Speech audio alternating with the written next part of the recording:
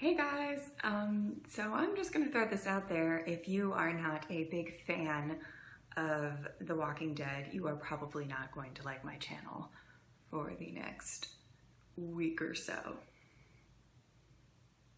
Just saying. So guys, yes, I am going to be doing 15 days counting down to the Walking Dead premiere, doing videos every day. If you are the type of person who just likes reactions and doesn't really like getting into the nitty-gritty of the show and reviews and things like that, these videos probably aren't for you. But don't worry, our reactions will be up as well throughout the season.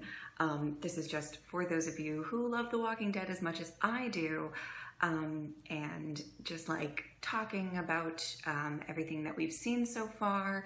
There's gonna be different types of videos. This one in particular is the season 1 spotlight, where I'm just going to be talking about season 1 in general, and there are other videos that are going to be coming your way as well, so look out for those. Okay, so basically the spotlights for the seasons, I'm going to talk about the season for a bit, and it's just going to be however long the video goes. I'm sorry if these videos are super long. And then I'm going to talk about the MVP for the season. I'm going to talk about the most defining moment for the season, and then I'm going to talk about my specific favorite episode for the season as well. So if you just care about that, just fast forward to the end of the video. Okay, let's get started. So when talking about the first season of The Walking Dead, I think, the first thing that we think about is the fact that it's 6 episodes. It's not a super long season, but I liked it. I think I was one of the few people who actually watched it when it aired, the original episodes. A lot of people that I know have, since gone and caught up over time. But for me, The Walking Dead, the great thing about these 6 episodes, which I thought it was a great introduction into these characters, and it wasn't overloaded with a lot of filler that a lot of first seasons for shows can have. I think when you go back with a lot of shows and you go back and you watch the first season, it's always kind of experimental. Sometimes you see a character that really doesn't act like they do for the rest of the show, and so on and so forth, because the writers are really trying to find their way and trying to see what works.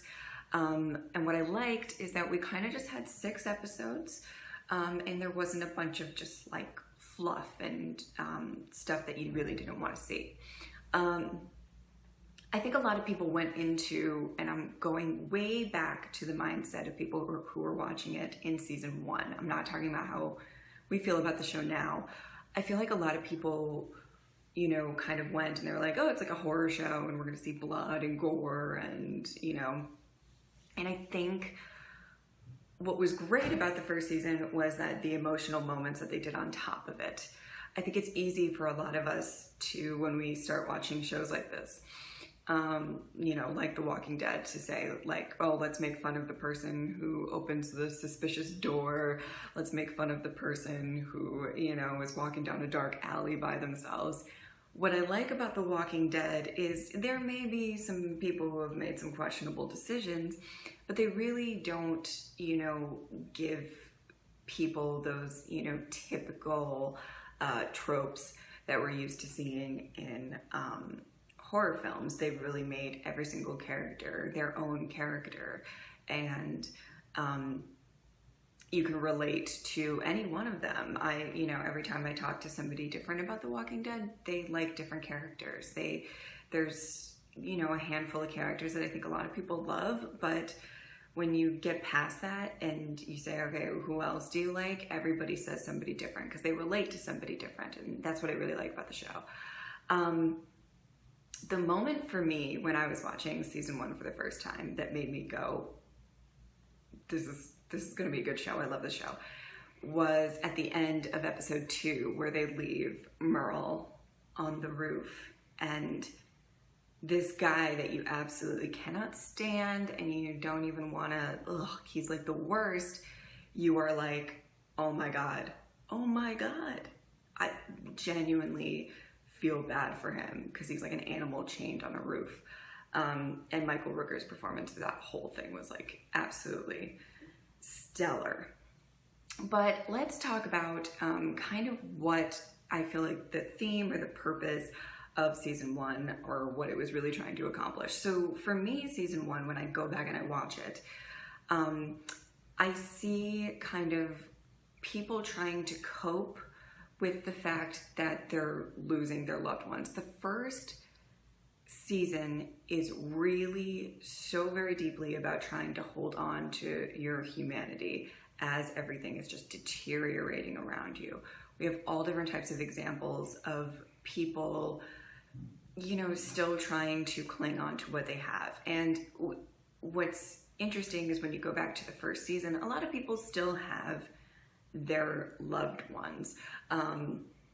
Andrea and Amy have each other. You know, Rick finds Lori and Carl. There's a ton of people who have still kind of connections to, you know, Carol has Sophia and Ed. I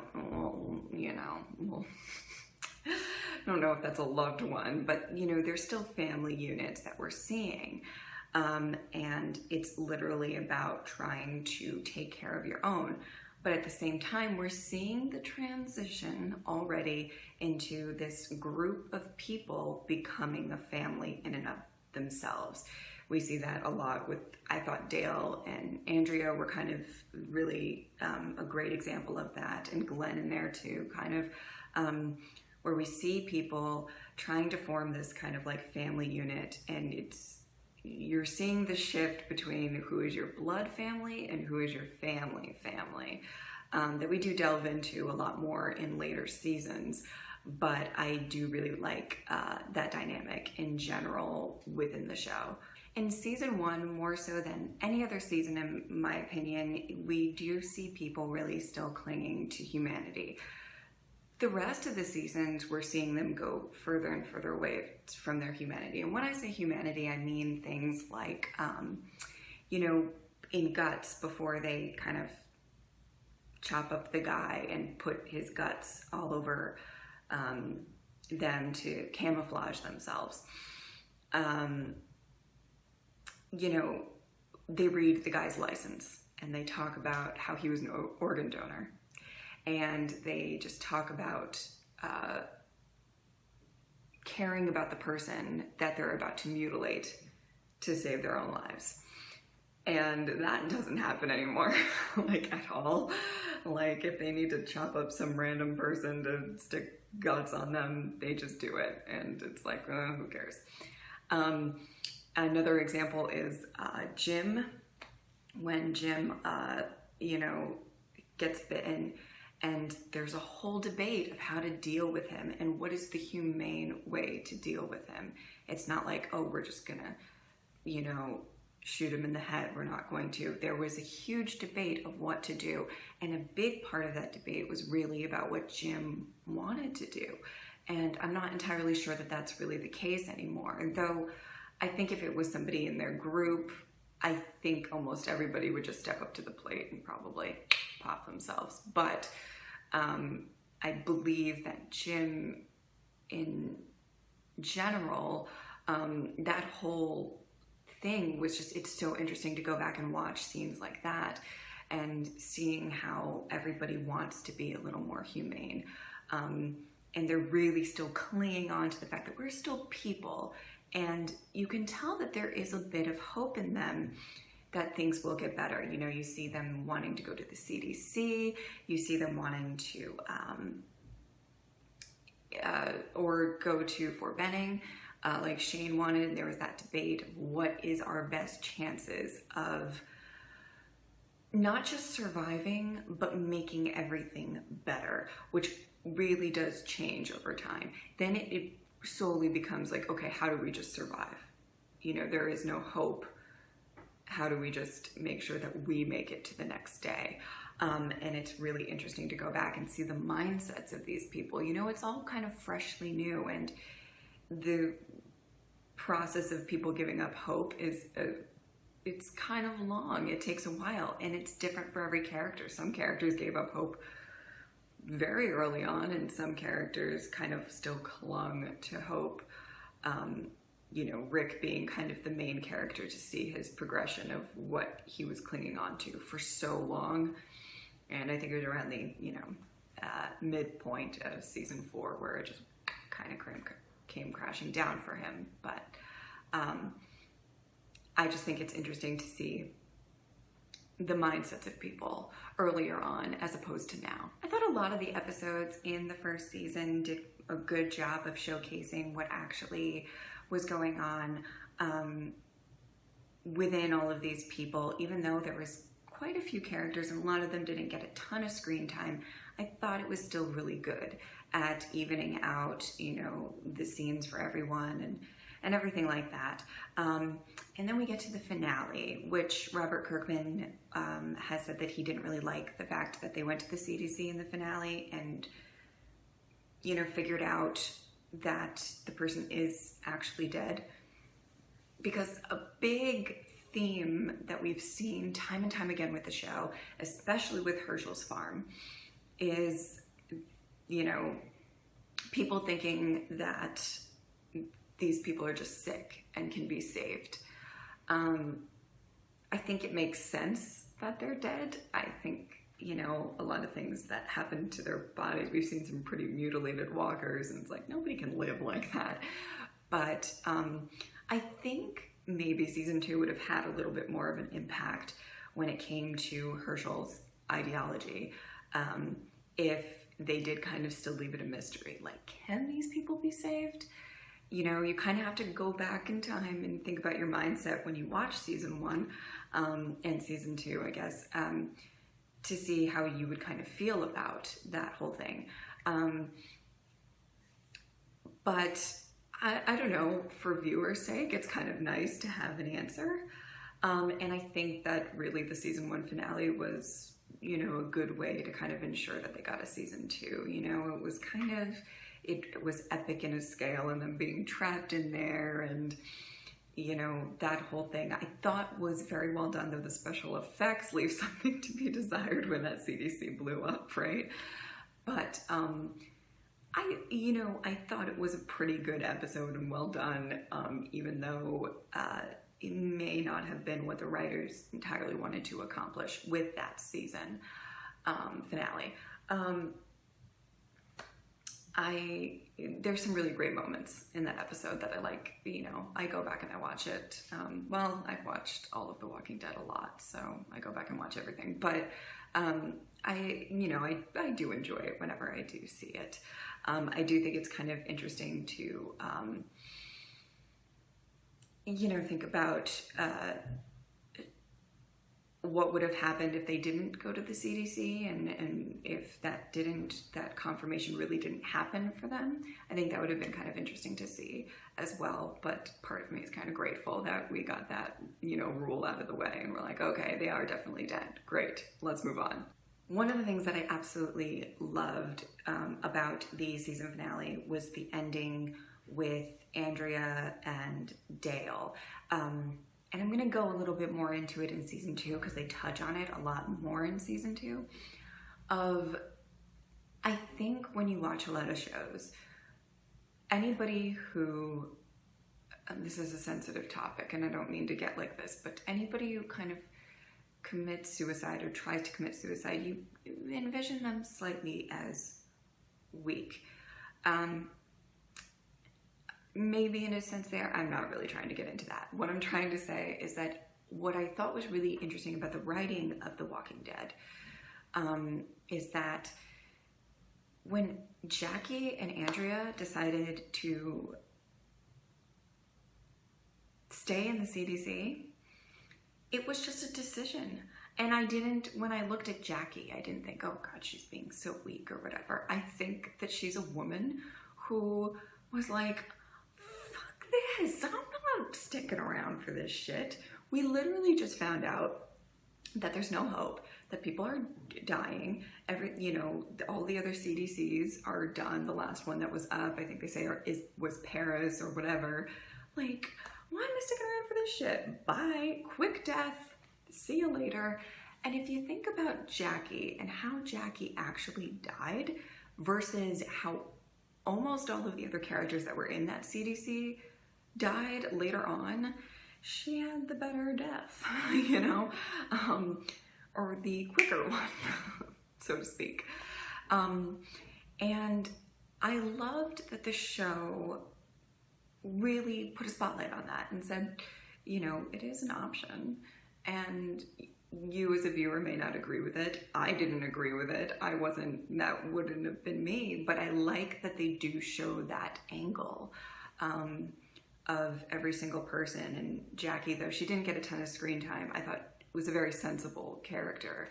I'm kind of sad that she died, but it was kind of, you know, an interesting way to see that this was a viable option for her in that moment. I think a main purpose of season 1 is basically the fact of, you know, what is your priority in this world? What is your main priority? Is it your family? Is it your group of friends? Is it surviving as long as possible? What would you sacrifice? What would you not sacrifice? And I think it is kind of, that's a big theme of just the show in general, but I think this particular season kind of just starts putting a spotlight on it. We're starting to see who are kind of the more useful members of the group. Rick, Shane, Daryl, and Glenn in a lot of ways of how, you know, quick he is. And we're starting to see who are kind of these big assets to the group. And it's kind of fun to, you know, go back and see certain characters. And like, did you guess that Carol would be who she is today? It's insane. I think these characters are really trying in the first season to cling to what they once knew, which I think there are very few specific moments in season 2 that sort of start to deteriorate that for everybody, but I will get into that more into my season 2 review. So now we're at the end of the video, and I'm going to talk about the season's MVP, the most defining moment of the season that I think, and my particular favorite episode. Maybe not the best episode to most people's standards, but the one that I really love. Season's MVP for me, I mean, like, Rick Grimes, like, right? I mean, honestly, Rick is just kind of the heart of the entire show. I would probably, you know, myself maybe pick him for a season MVP for all the seasons, but I won't do that. I'm going to give some shout outs to some other characters in later seasons, but for me, you know, he really is just this man searching for his family, and he just wants, you know, to save everyone too. You know, I think he's such a great character to see through his eyes, and the progression of him throughout all the seasons is just stellar to me. I love him. I typically normally hate to say that my favorite character is the main character in a lot of shows. Don't ask me why, I just don't like doing that. But like, for me, I cannot deny how much I love Rick. He's the season's MVP for sure for season 1. So when I say most defining moment for a season, it's not necessarily going to be my favorite moment. I'm actually going to be doing a lot of videos about my favorite moments of The Walking Dead, or the best moments, or whatever. The most defining moment for the season to me is going to be about the, you know, moment in the season that really kind of displays kind of what the season was really about, and what kind of just the moment that kind of encompassed the whole theme of the season. So for this season, it's actually going to be when Morgan went to shoot his wife or not shoot his wife. And we actually didn't find out until later what his decision actually was, until season 3. We didn't find out. But this moment to me was just, it just encompassed everything of what I was talking about. What are your priorities? Are you going to step up to the plate? Can you shoot the woman that you love more than, you know, anybody else in this world? to, you know, because it's the right thing to do, or can you not actually physically bring yourself to do that? I think, especially for the first episode, it being just like such a specific moment that really touched all of our hearts and made us all fall in love with Morgan very, very quickly. I just think it's, you know, definitely the most defining moment of season 1. And now we're going to talk about my favorite episode. Again, I think most people, if you ask them their favorite episode of season 1, they would say Days Gone By. And by the way, just going into what I said before about, you know, people watching the first seasons of shows and, you know, basically it kind of getting its groove.